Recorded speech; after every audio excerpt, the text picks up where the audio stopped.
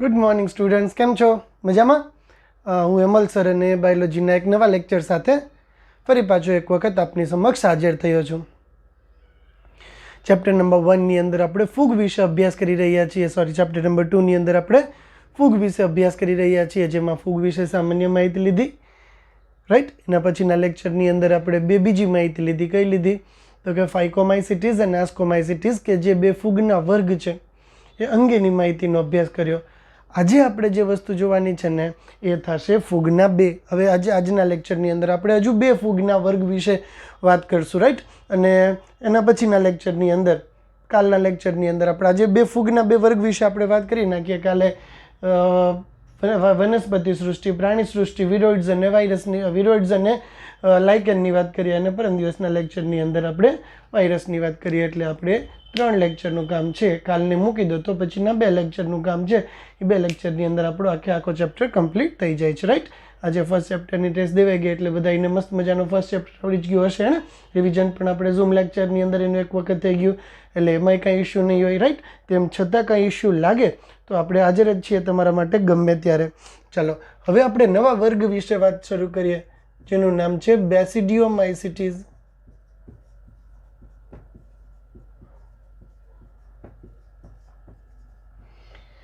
ફાઇકોમાઇસિટીઝ, આસ્કોમાઇસિટીઝ, બેસિડિયોમાઇસિટીઝ અને ડ્યુટ્રોમાઇસિટીઝ, આ 4 વર્ગ હતા ને ફૂગના, એમાંથી એક વર્ગ છે બેસિડિયોમાઇસિટીઝ. તો આપણે આજે બેસિડિયોમાઇસિટીઝ અંગે વાત કરવાની છે. આ વર્ગ છે ને એને મશરૂમ અથવા બ્રેકેટ ફંજાઈ તરીકે પણ ઓળખવામાં આવે છે. મશરૂમ અથવા બ્રેકેટ ફંજાઈ.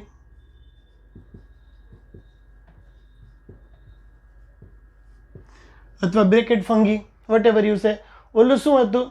કોથળીમય ફૂગ એટલે સેક ફંગી, અને આપણે બ્રેકેટ ફંગી કહીએ છીએ, રાઈટ. જો બંને બેયના પ્રશ્ન ઓલા પહેલાં છે ને ફાઇકોમાઇસિટીઝ એનું કોઈ સ્પેસિફિક નામ નથી, પણ ફાઇકોમાઇસિટીઝ સિવાયના સભ્યો છે ને એ બધાને સ્પેસિફિક નામ આપવામાં આવેલા છે. લાઈક આસ્કોમાઇસિટીઝ છે ને એને આપણે કોથળીમય ફૂગ કહીએ છીએ, બરાબર. આને આપણે બ્રેકેટ ફંગાઈ તરીકે ઓળખીએ છીએ, અને ડ્યુટ્રોમાઇસિટીઝ એને આપણે અપૂર્ણ ફૂગ કહીએ છીએ, રાઈટ. તો જોજો આપણે પ્રશ્ન જે પૂછાશે ને એનું સ્વરૂપ આ બને કે અપૂર્ણ ફૂગને ધ્યાનમાં રાખી અને સાચા વિધાન કે ખોટા વિધાન શોધો. કોથળીમય ફૂગને ધ્યાનમાં રાખી અને સાચા વિધાન કે ખોટા વિધાન શોધો. આવું જ્યારે કહે ને ત્યારે એને એક બે વસ્તુ પૂછાઈ ગઈ ભેગી. એક તો કોથળીમય ફૂગ શું છે એ તમને ખબર હોવી જોઈએ, બરાબર છે. અથવા તો આમ કહી દઈએ કે અપૂર્ણ ફૂગને ધ્યાનમાં રાખીને સાચા વિધાન ક્યાં ક્યાં છે. એમાં અપૂર્ણ ફૂગમાં એલા વિધાન હોય, કોથળીમય ફૂગમાં એલા વિધાન હોય, પછી એની અંદર બ્રેકેટ ફંજાઈમાં એલા વિધાન પણ હોય. બધા પ્રકારના વિધાન તમને જોવા મળે, અને એમાંથી તમારે ક્લાસિફાઈ કરીને કહેવાનું, અલગ કરીને કહેવાનું કે ભાઈ કોથળીમય ફૂગ છે ને એના આટલા સ્ટેટમેન્ટ છે, રાઈટ. તો આ પ્રકારે આપણે પ્રશ્ન નીટની અંદર પૂછાતા હોય છે, રાઈટ. એટલે આપણે એના માટે પ્રિપેર્ડ અત્યારથી જ રહેવાનું, હે ને, કે સમય સાથે આપણે જે વસ્તુ આવે ત્યારે એ વસ્તુ જોતું જ જવાનું ભેગું જ. ફાઇન. તો આને મશરૂમને આપણે બ્રેકેટ ફંજાઈ તરીકે પણ ઓળખીએ છીએ. બેસિડિયોમાઇસિટીઝમાં જ મશરૂમ એટલે બિલાડીનો ટોપ ખોરાક તરીકે ઉપયોગમાં લેવામાં આવતી ફૂગ. બ્રેકેટ ફંજાઈ એને આપણે કોથળીમય ફૂગ તરીકે ઓળખીએ છીએ. ઓકે. તો મશરૂમ અથવા તો પફ બોલ્સ તરીકે ઓળખીએ છીએ.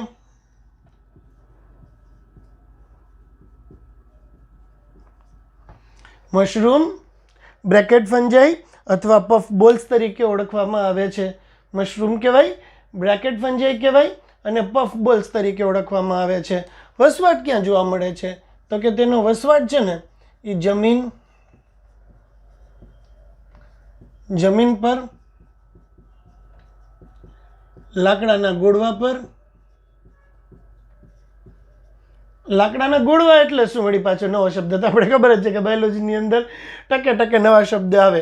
હવે ઓલા જે લોબ્સ આ હોય ને, ઝાડનું થડ હોય ને, એ કટ કરીને લઈ જતા હોય. તમને કદાચ ધ્યાનમાં આવ્યું હોય ને તો કટારાની અંદર ઝાડવાનું થડ હોય ને રાઉન્ડ આખું મોટું બધું કટ કરીને લઈ જતા હોય ને, આને કહેવાય લાકડાનો ગોળવો.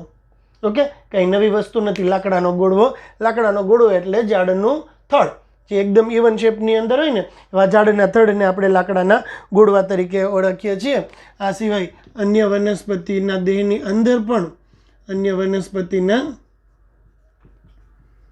દેહની અંદર પણ વસવાટ કરે છે. અંદર પરોપજીવી તરીકે પણ વસવાટ કરે છે.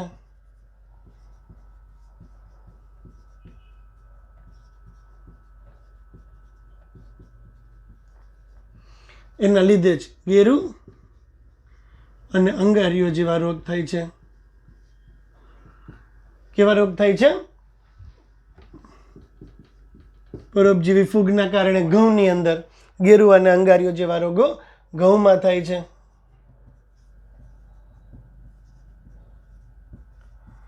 ઓકે, ફરીથી જો basidiomycetes, it is also known as bracket fungi, એની અંદર એને મશરૂમ અથવા પફ બોલ્સ તરીકે પણ ઓળખવામાં આવે છે. વસવાટ જમીન ઉપર હોય, લાકડાના ગોળવાઓ પર હોય, અન્ય વનસ્પતિના દેહની અંદરની બાજુએ પરોપજીવી તરીકે પણ જોવા મળે છે. એના લીધે ઘઉંનો ગેરુ અથવા તો ઇંગારીઓ જેવા રોગો થાય છે. ઘઉંનો ગેરુ અથવા તો ઇંગારીઓ રોગ એના લીધે જ પોસિબલ થાય છે. હવે એની કવકજાળ શાખિત અને પડદાયુક્ત હોય છે. શાખિત અને પડદાયુક્ત કવકજાળ એની જોવા મળે છે. કવકજાળ કેવી છે એની? શાખિત અથવા તો પડદાયુક્ત કવકજાળ જોવા મળે છે. તો મેં તમને લાસ્ટ લેક્ચરમાં ના કીધું કે ભાઈ એક છે ને કોણ, તો કે પેલું જે ફાઇકોમાઇસિટીસ હતા ને એની જ કવકજાળ બહુ કોષ કેન્દ્રીય છે, પડદાવિહીન. બરાબર? એ સિવાય બધાની શાખિત અને પડદાયુક્ત એટલે એક કોષ કેન્દ્રીય હોય છે. હવે તેમાં વળી પાછું એનું એક કામનું પૂછાય નવું સ્ટેટમેન્ટ આવ્યો કે તેમાં અલિંગી બીજાણુઓ જોવા મળતા નથી. તેમાં અલિંગી બીજાણુઓ જોવા મળતા નથી. મોસ્ટ આઈએમપી પ્રશ્ન કે કેની અંદર અલિંગી બીજાણુઓ ના જોવા મળે? તો કે બેસિડિયોમાઇસિટીસ વર્ગની અંદર, બેસિડિયોમાઇસિટીસ કે જે ફૂગનો એક વર્ગ છે એની અંદર અલિંગી બીજાણુઓ જોવા મળતા નથી. અલિંગી બીજાણુઓ કેની અંદર જોવા મળતા નથી? બેસિડિયોમાઇસિટીસની અંદર અલિંગી બીજાણુઓ જોવા મળતા નથી.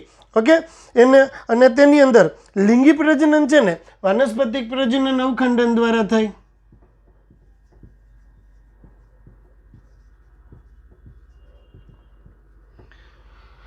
વાનસ્પતિક પ્રજનન તો કે અવખંડનની પ્રક્રિયા દરમિયાન થાય છે. અવખંડન એટલે શું? તો કે સજીવ દેહનું કેટલાક નિશ્ચિત ખંડોમાં વિભાજન થાય, દરેક ભાગ ખૂટતા ભાગોનું પુનઃનિર્માણ કરે અને નવા વનસ્પતિ દેહનું નિર્માણ કરે. એને આપણે અવખંડન તરીકે ઓળખીએ છીએ. નોટ ઓનલી વનસ્પતિ દેહ, આપણે એમ કહીએ કે નવા સજીવ દેહનું નિર્માણ કરે તો પણ ચાલે, હે ને, કે નવા સજીવ દેહનું નિર્માણ તેના દ્વારા થાય છે.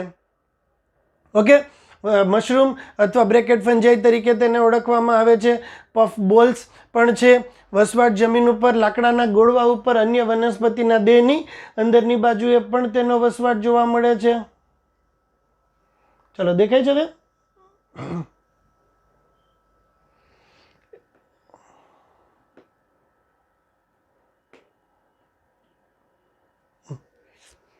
બેસિડિયોમાઇસિટીસ એટલે મશરૂમ અથવા બ્રેકેટ ફંજાઈ અથવા પફ બોલ્સ છે.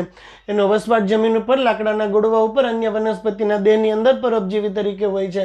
એના લીધે ઘઉંમાં ગેરુ અને અંગારીઓ જેવા રોગો થાય છે. એની કવકજાળ શાખિત અને પડદાયુક્ત હોય છે. અલિંગી બીજાણુઓ જોવા મળતા નથી અને વાનસ્પતિક પ્રજનનની પ્રક્રિયા અવખંડનની પ્રક્રિયા દ્વારા થાય છે. હવે લિંગી પ્રજનન દરમિયાન શું થાય છે? લિંગી પ્રજનન દરમિયાન લિંગી બીજાણુઓ ઉત્પન્ન થતા નથી. તો કેવી રીતે થશે લિંગી પ્રજનન? જે અગાઉ તમને મેં ફૂગની અંદર કોમન વાત કરી હતી ને, ત્યારે મેં તમને કીધું હતું ને, એ જ રીતે લિંગી પ્રજનન એની અંદર થાય છે. તો કે લિંગી પ્રજનનની અંદર બે અલગ અલગ જનીન બંધારણ ધરાવતા કવક સૂત્રો છે ને એ એકબીજાની નજીક આવે, રાઈટ? જીવરસનું સંયુગ્મન થાય,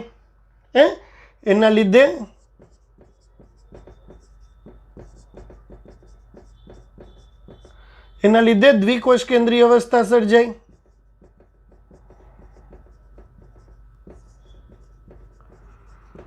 ઓકે, આ છે દ્વિકોષ કેન્દ્રીય એક કોષ કેન્દ્રીય ના બીજું કોષ કેન્દ્રીય, એટલે કે એની અંદર દ્વિકોષ કેન્દ્રીય અવસ્થાનું નિર્માણ થાય છે. જીવરસનું સંયુગ્મન થાય. જીવરસનું સંયુગ્મન થાય પછી એની અંદર દ્વિકોષ કેન્દ્રીય અવસ્થાનું નિર્માણ થાય છે, રાઈટ? આસ્કોમાઇસિટીસ અને બેસિડિયોમાઇસિટીસ યાદ કરો છો, દ્વિકોષ કેન્દ્રીય અવસ્થા. હવે શું થશે?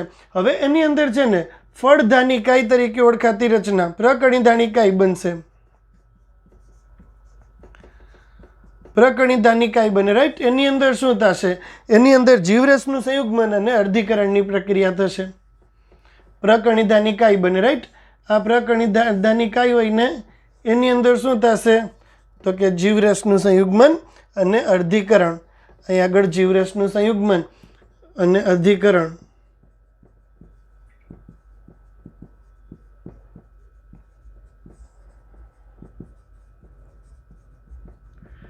અર્ધીકરણ થયું ને એના લીધે 4 એકકીય પ્રકરણી બીજાણુઓ બન્યા.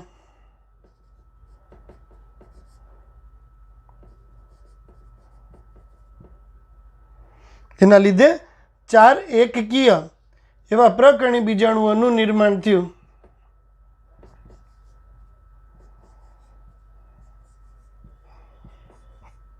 આ રચના બની ને એને શું કહેવાય? પ્રકરણી બીજાણુ.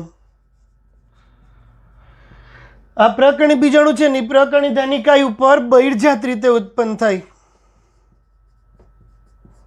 બહિર્જાત રીતે ઉત્પન્ન થાય, હવા દ્વારા એનું વિચરણ થાય, રાઈટ. અનુકૂળ પરિસ્થિતિમાં વળી પાછું એક વખત નવી કવક જાળનું નિર્માણ કરે. 2 અલગ અલગ જનીન બંધારણ ધરાવતા દૈહિક કોષો, 2 દૈહિક કોષો કેવા હતા? એકકીય. એન પ્રકારના. એકકીય મીન્સ એન પ્રકારના, અને એન પ્રકારના મીન્સ રંગસૂત્રો હોય ને એ જોડીમાં ના હોય એને એન પ્રકારના અથવા એકકીય કહેવામાં આવે છે. જો રંગસૂત્રો જોડીમાં હોય તો એને 2n પ્રકારના અને દ્વિકીય કહેવામાં આવે છે. એન પ્રકારના અને એકકીયનો અર્થ શું થશે? તો કે રંગસૂત્ર જોડીમાં નથી. અને 2n પ્રકારના અને દ્વિકીય એનો અર્થ શું થશે? તો કે 2n પ્રકારના અને દ્વિકીય એટલે કે તેની અંદર રંગસૂત્ર જોડીમાં હોય છે. જો રંગસૂત્ર જોડીમાં હોય તો એને દ્વિકીય કહેવાય, અને જો રંગસૂત્ર જોડીમાં ના હોય તો તેને એકકીય કહેવામાં આવે છે. દ્વિકીય અને એકકીય ક્યાંથી થયા બેયના અર્થ? તો કે એકમાં રંગસૂત્રો જોડીમાં નથી અને એકમાં રંગસૂત્રો જોડીમાં છે. જો રંગસૂત્રો જોડીમાં ના હોય તો એને આપણે દ્વિકીય કહેવાય, અને જો રંગસૂત્રો જોડીમાં હોય તો તેને આપણે એકકીય તરીકે ઓળખીએ છીએ. દ્વિકીય એટલે રંગસૂત્રો જોડીમાં છે અને એકકીય એટલે કે રંગસૂત્રો જોડીમાં નથી, રાઈટ. બેસિડિયોમાઇસિટીસ કે જેને મશરૂમ અથવા બ્રેકેટ ફંજાઈ અથવા પફ બોલ્સ તરીકે ઓળખવામાં આવે છે, એનો વસવાટ જમીન ઉપર છે, લાકડાના ગોળવા ઉપર છે, અન્ય વનસ્પતિના દેહની અંદરની બાજુએ પરોપજીવી તરીકે પણ જોવા મળે.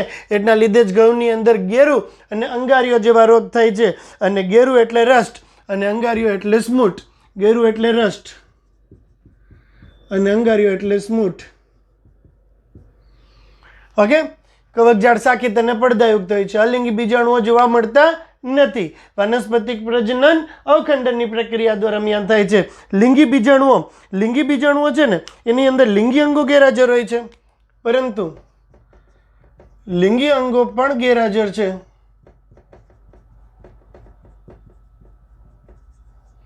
રાઈટ. પછી તો આ તમારી સામે આવી ગયું જ થશે.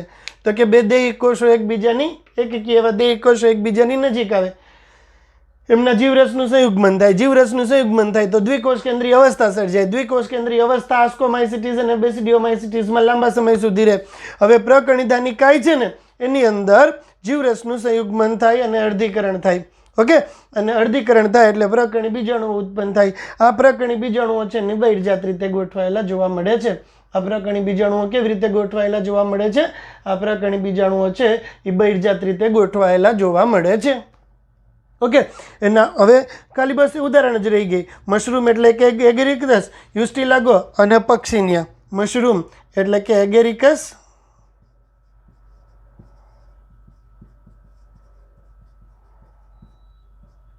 યુસ્ટિલાગો,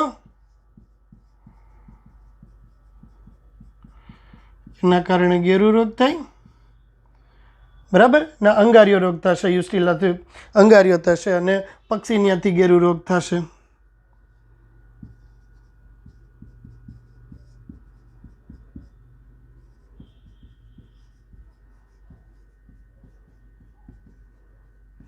ગેરુ રોગ થશે. પૂરું. ડન. આખું આવી ગયું બેસિડિયોમાઇસિટીસ. આની અંદર શું થાય છે? તો કે 2 અલગ અલગ 2 એકકીય કોષો એકબીજાની નજીક આવે, તેમની વચ્ચે જીવરસનું જોડાણ થાય.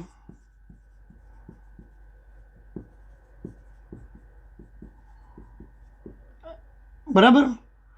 અને કોષ કેન્દ્રનું જોડાણ ના થાય, આથી જ દ્વિકોષ કેન્દ્રીય અવસ્થાનું નિર્માણ થાય.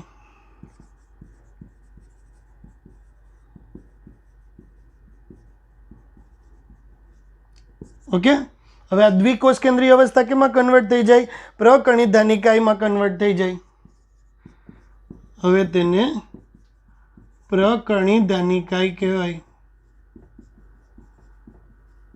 કે જેમાં કોષ કેન્દ્રનું સંયુગ્મન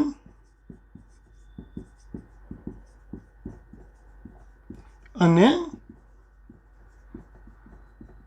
અર્ધીકરણ થાય. હવે એને શું કહેશું તમે? પ્રકણિત નિકાય કહેશો. અને આ પ્રકણિત નિકાયમાં શું થશે? આ પ્રકણિત નિકાયની અંદર કોષ કેન્દ્રનું સંયુગ્મન અને અર્ધીકરણની પ્રક્રિયા થાય. એના લીધે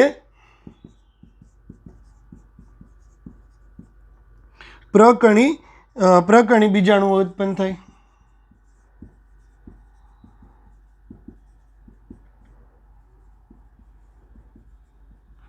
બહિર્જાત રીતે ઉત્પન્ન થાય.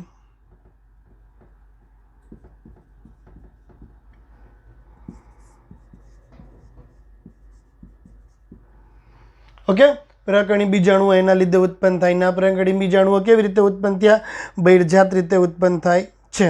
ઓકે, અને અહીં જે પ્રકણી બીજાણુધાની છે ને એ ફળકાઈમાં ગોઠવાય. બરાબર, અહીંયા પ્રકણી બીજાણુધાની, અહીંયા પ્રકણી ધાનિકાય છે ને એ પ્રકણી બીજાણુધાની છે. પ્રકણી બીજાણુધાની એ છે ને ફળકાઈમાં ગોઠવાય.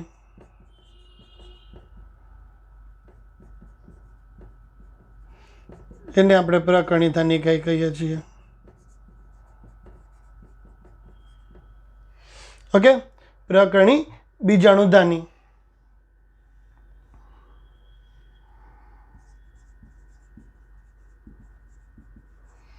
પ્રકરણી બીજાણુધાની, હા, પ્રકરણી બીજાણુધાની ફળકાઈમાં ગોઠવાય, જેને ફળધાનિકાય અથવા તો પ્રકરણી ધાનિકાય કહેવામાં આવે છે. એને પ્રકરણી ધાનિકાય કહેવામાં આવે છે.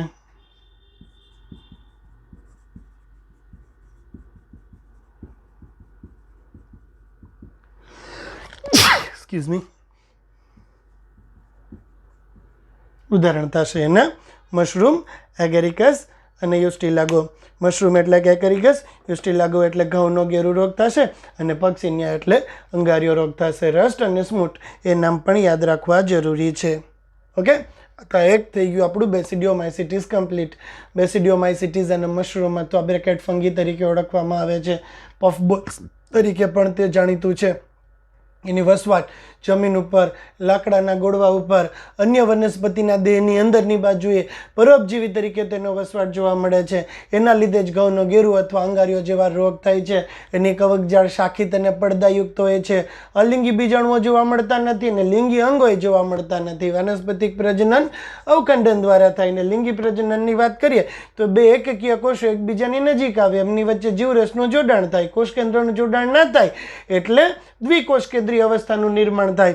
હવે તેને પ્રકરણી બીજાણુધાની તરીકે ઓળખવામાં આવે છે, કે જ્યાં આગળ કોષ કેન્દ્રનું સંયુગ્મન અને અર્ધીકરણ થાય છે. એના લીધે પ્રકરણી બીજાણુઓ બહિર્જાત રીતે ઉત્પન્ન થાય છે. આ પ્રકરણી બીજાણુધાની છે ને એ ફળકાઈમાં ગોઠવાય છે અને તેને પ્રકરણી ધાનિકાય કહેવામાં આવે છે. આ શાબ્દિક અને એનો ચાર્ટ તમારે જેમ યાદ રાખવું એમ તમે યાદ રાખી શકો છો. ચાલો, ડન. હવે બીજા વર્ગની વાત કરીએ આપણે. છેલ્લો છે ડ્યુટેરોમાઇસેટીઝ. કેવો થશે છેલ્લો વર્ગ? ડ્યુટેરોમાઇસેટીઝ. લાસ્ટ વર્ગ. પેલું હતું ફાઇકોમાઇસેટીઝ, બીજું બેસિડિયોમાઇસેટીઝ, પછી આસ્કોમાઇસેટીઝ, પછી આ જોયું આપણે એ બેસિડિયોમાઇસેટીઝ, અને હવે લાસ્ટ આપણે જે જોવાનું છે એ થશે ડ્યુટેરોમાઇસેટીઝ. ડ્યુટેરોમાઇસેટીઝની ખાસિયત શું છે ખબર કે ડ્યુટેરોમાઇસેટીઝને અપૂર્ણ ફૂગ કહેવામાં આવે છે. શું કહેવામાં આવે છે? ડ્યુટેરોમાઇસેટીઝને ડ્યુટેરોમાઇસિટીઝ એટલે અપૂર્ણ ફૂગ. એકદમ એમાં એની અંદર એક જ વસ્તુ પૂછાય છે, બીજું કાંઈ એની અંદર ખાસ જનરલી પૂછાતું નથી. એક આ જ વસ્તુ છે કે ડ્યુટેરોમાઇસિટીઝ એને અપૂર્ણ ફૂગ કહેવામાં આવે છે. કેવી ફૂગ કહેવાય ડ્યુટેરોમાઇસિટીઝને? ડ્યુટેરોમાઇસિટીઝને અપૂર્ણ ફૂગ કહેવામાં આવે છે. શું કામ? કારણ કે એના વાનસ્પતિક અથવા અલિંગી તબક્કા શોધાઈ ગયા છે, પરંતુ હજુ તેના લિંગી તબક્કાઓ શોધાણા નથી. વાનસ્પતિક અથવા અલિંગી તબક્કાઓ શોધાઈ ગયા છે, લિંગી તબક્કાઓ એના શોધાણા નથી, એટલા માટે તેને અપૂર્ણ ફૂગ કહેવામાં આવે છે. એક જ વસ્તુ એ ટોપિકમાંથી પૂછાતું મોસ્ટલી દરેક વખતે. બીજું બધું હોય પણ આ મેઇન પ્રશ્ન એનો પરીક્ષક જે મેઇન પૂછે ને એ વસ્તુ આ જ રહેશે કે ભાઈ એને આપણે બીજા ક્યાં નામે ઓળખીએ છીએ? તો કે અપૂર્ણ ફૂગ તરીકે ઓળખીએ છીએ. શા માટે ડ્યુટેરોમાઇસિટીઝને અપૂર્ણ ફૂગ કહેવાય? તો કે ભાઈ ડ્યુટેરોમાઇસિટીઝને અપૂર્ણ ફૂગ એટલા માટે કહેવામાં આવે કે તેના વાનસ્પતિક અથવા અલિંગી તબક્કા શોધાણા છે, લિંગી તબક્કા વિશે કોઈ પણ પ્રકારની માહિતી નથી. જો તમારે કોઈ પણ ફૂગને કોઈ પણ એક ચોક્કસ તબક્કામાં ડિવાઈડ કરવી હોય ને, કોઈ એક ચોક્કસ જગ્યાએ મૂકવી હોય ને, તો તમારી પાસે એના લિંગી પ્રજનન અંગેની સચોટ માહિતી હોવી જોઈએ. જો લિંગી પ્રજનન અંગેની સચોટ માહિતી હોય તો તમે ફૂગને કોઈ એક ચોક્કસ સ્થાન ઉપર મૂકી શકો છો, અન્યથા તમે ફૂગને કોઈ એક ચોક્કસ સ્થાન ઉપર મૂકી શકતા નથી. રાઈટ? તો ફાઇકોમાઇસિટીઝ હતું, એની અંદર 2 તબક્કા શોધાણા, આસ્કોમાઈ 2 શોધાણા, ડ્યુટેરોમાઈ 2 શોધાણા, પણ બેસિડિયોમાઈ 2 શોધાણા, પણ ડ્યુટેરોમાઇસિટીઝમાં શોધાણા નહીં. એક જ પ્રશ્ન, શું ડ્યુટેરોમાઇસિટીઝને અપૂર્ણ ફૂગ કહેવામાં આવે છે? જવાબ, ડ્યુટેરોમાઇસિટીઝને અપૂર્ણ ફૂગ શા માટે કહેવામાં આવે? તો કે ભાઈ એના વાનસ્પતિ અથવા તો અલિંગી તબક્કા શોધાણા છે, લિંગી તબક્કા ગેરહાજર છે. લિંગી તબક્કા વિશે હજુ કોઈ પાસે કોઈ પણ પ્રકારની એવી ચોક્કસ સચોટ માહિતી છે જ નહીં. જો તમારે કોઈ પણ ફૂગને કોઈ એક ચોક્કસ વર્ગમાં મૂકવી હોય તો તમારી પાસે એના લિંગી તબક્કાઓ વિશે સચોટ માહિતી હોવી જોઈએ. રાઈટ? અહીંયા તો તમારી પાસે લિંગી પ્રજનન અંગે કોઈ માહિતી નથી, એટલા માટે તમે એને કોઈ ચોક્કસ ગ્રુપમાં મૂકી શકતા નથી. એટલે એને એક ગ્રુપમાં મૂકી દીધું કે અપૂર્ણ ફૂગ, કે જેની હજી બધાય તબક્કાઓ શોધાણા નથી ને એ બધી ફૂગને અપૂર્ણ ફૂગ તરીકે આપણે ડ્યુટેરોમાઇસિટીઝની અંદર મૂકી દઈએ છીએ. બરાબર? તો ડ્યુટેરોમાઇસિટીઝ એટલે શું? તો કે અપૂર્ણ ફૂગ. શું કામ અપૂર્ણ ફૂગ? તો કે વાનસ્પતિક અથવા અલિંગી તબક્કા શોધાઈ ગયા છે, લિંગી તબક્કા શોધાણા નથી. જેમ જેમ લિંગી તબક્કાઓ શોધાતા જશે તેમ તેમ એને ડ્યુટેરોમાઇસિટીઝમાંથી બહાર કાઢવામાં આવે, આસ્કોમાઇસિટીઝ અથવા તો બેસિડિયોમાઇસિટીઝની અંદર મૂકવામાં આવે. ફાઇકોમાં શું કામ ના મુકાય? કારણ કે આની કવકજાળ છે ને એ શાખિત અને પડદાયુક્ત હોય છે, અને ફાઇકોમાઇસિટીઝને કવકજાળ બહુકોષ કેન્દ્રીય, બરાબર, અશાખિત અને બહુકોષ કેન્દ્રીય અને પડદાવિહીન નથી, એટલે એને આસ્કોમાઇસિટીઝ કે બેસિડિયોમાઇસિટીઝની અંદર મૂકવામાં આવે. જેમ જેમ એના તબક્કાઓ શોધાતા જાય તેમ તેમ તેને ફાઇકોમાઇસિટીઝમાંથી બહાર કાઢવામાં આવે. આસ્કોમાઇસિટીઝ અને ડ્યુટેરોમાઇસિટીઝની અંદર એને બેસિડિયોમાઇસિટીઝની અંદર એને ગોઠવી દેવામાં આવે છે. ઓકે? અલિંગી પ્રજનન પ્રકણી બીજાણુ દ્વારા અલિંગી પ્રજનનની પ્રક્રિયા કણી બીજાણુ દ્વારા થાય છે. મૃતોપજીવી કે પરોપજીવી પોષણ દર્શાવે છે, પરંતુ મેજોરિટી કેસની અંદર તેઓ વિઘટક તરીકે વર્તે છે. મેજોરિટી કેસની અંદર કેના તરીકે વર્તે છે? તેઓ વિઘટક તરીકે વર્તે છે. અને પોષક દ્રવ્ય હોય ને એના ચક્રીયકરણમાં, મતલબ કોઈ બી દ્રવ્ય એટમોસ્ફિયરમાંથી લીધું અને પાછું એને એટમોસ્ફિયરમાં મોકલવાની પ્રક્રિયા, એટલે કે પોષક દ્રવ્યોનું ચક્રીય વહન એના લીધે જ પોસિબલ થાય છે. અને એના ઉદાહરણ ક્યાં ક્યાં થશે? અલ્ટરનેરિયા, કોલિટ્રોટ્રાઇકમ અને ટ્રાઇકોડર્મા. અલ્ટરનેરિયા, કોલિટ્રોટ્રાઇકમ અને ટ્રાઇકોડર્મા. અલ્ટરનેરિયા, કોલિટ્રોટ્રાઇકમ અને ટ્રાઇકોડર્મા. એમાંથી ટ્રાઇકોડર્મા છે ને એ 12માની અંદર આપણે ઉપયોગમાં લેશું, અને ટ્રાઇકોડર્મા એક ટાઈપની ડ્યુટેરોમાઇસિટીઝ છે, એ બે ભેગી કરો ને તમે તો આવશે. બરાબર? ટ્રાઇકોડર્મા એક મુક્તજીવી ફૂગ છે કે જે જૈવિક નિયંત્રક તરીકે ઉપયોગમાં લેવામાં આવે છે. ટ્રાઇકોડર્મા એક મુક્તજીવી ફૂગ છે કે જે જૈવિક નિયંત્રક તરીકે ઉપયોગમાં લેવામાં આવે છે. ઓકે? આ વસ્તુ આપણે આના પછીના 12મા ધોરણની અંદર એક જૈવિક, એમાં બધી વસ્તુનો આવશે. જૈવિક ખાતરના અંગે વાત કરીશું, જૈવિક નિયંત્રક તરીકે, મતલબ કે આજે આપણે જે વધારે માત્રામાં રાસાયણિક ખાતરોની બધાનો યુઝ કરીએ છીએ એના લીધે જે જમીનમાં પ્રદૂષણ થાય છે, આ પ્રદૂષણને અટકાવવા માટેના એક સ્ત્રોત તરીકે, એક શું કહીએ આપણે વિકલ્પ તરીકે જૈવિક નિયંત્રક ઉપયોગમાં લઈ શકાય છે. અને આ જૈવિક નિયંત્રક તરીકે ટ્રાઇકોડર્મા ફૂગ વપરાય છે. ચાલો, એકદમ પિક્ચર ક્લિયર જરાક તમને કે શું કહેવા માગે છે? પહેલાં આપણે કેની વાત કરી? ડ્યુટેરોમાઇસિટીઝમાં સૌથી પહેલાં આપણે શું વાત કરી? તો કે ભાઈ ડ્યુટેરોમાઇસિટીઝ એ અપૂર્ણ ફૂગ છે.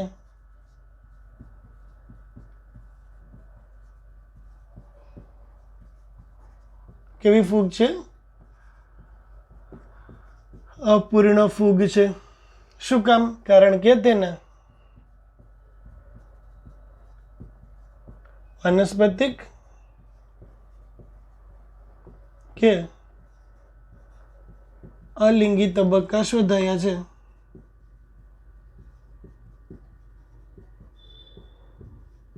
પરંતુ લિંગી તબક્કા શોધાણા નથી.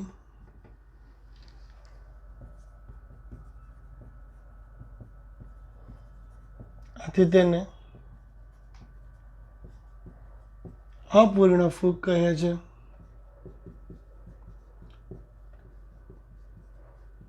કદાચી કે કદાચ તેના વાનસ્પતિક કે અલિંગી તબક્કાને એક જ નામથી ઓળખવામાં આવતું હોય.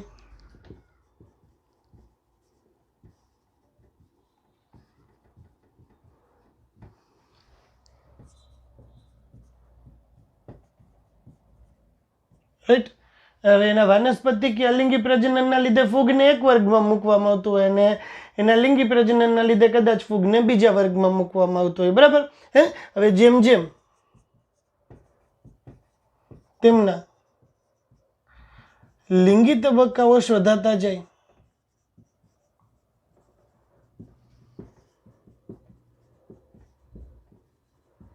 તેમ તેમ તેને ડ્યુટેરોમાઇસિટીસમાંથી બહાર કાઢી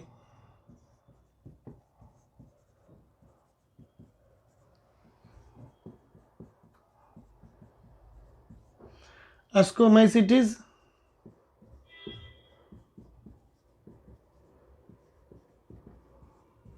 કે બેસિડિયોમાઇસિટીસમાં મૂકવામાં આવે છે.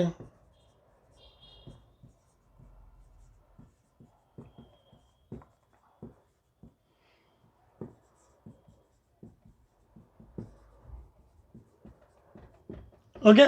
ફાઇકોમાઇસિટીસમાંથી બહાર કાઢ્યા, બેસિડિયોમાઇસિટીસની અંદર એને મૂકવામાં આવે છે. હવે એની કવકજાળ કેવી કીધી તમને? તો કે એની કવકજાળ છે ને એ કવકજાળ એની શાખિત અને પડદાયુક્ત હોય છે. કવકજાળ શાખિત અને પડદાયુક્ત હોય છે. ઓકે.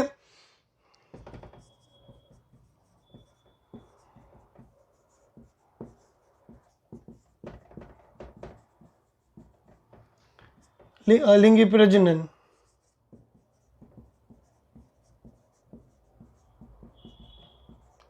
કણી બીજાણુ દ્વારા પોષણ મૃતોપજીવી કે પરોપજીવી, જો કે મોટા ભાગે તે વિઘટક તરીકે વર્તે.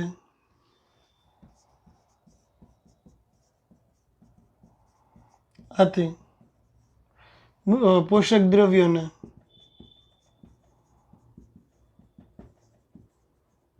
સક્રિયકરણમાં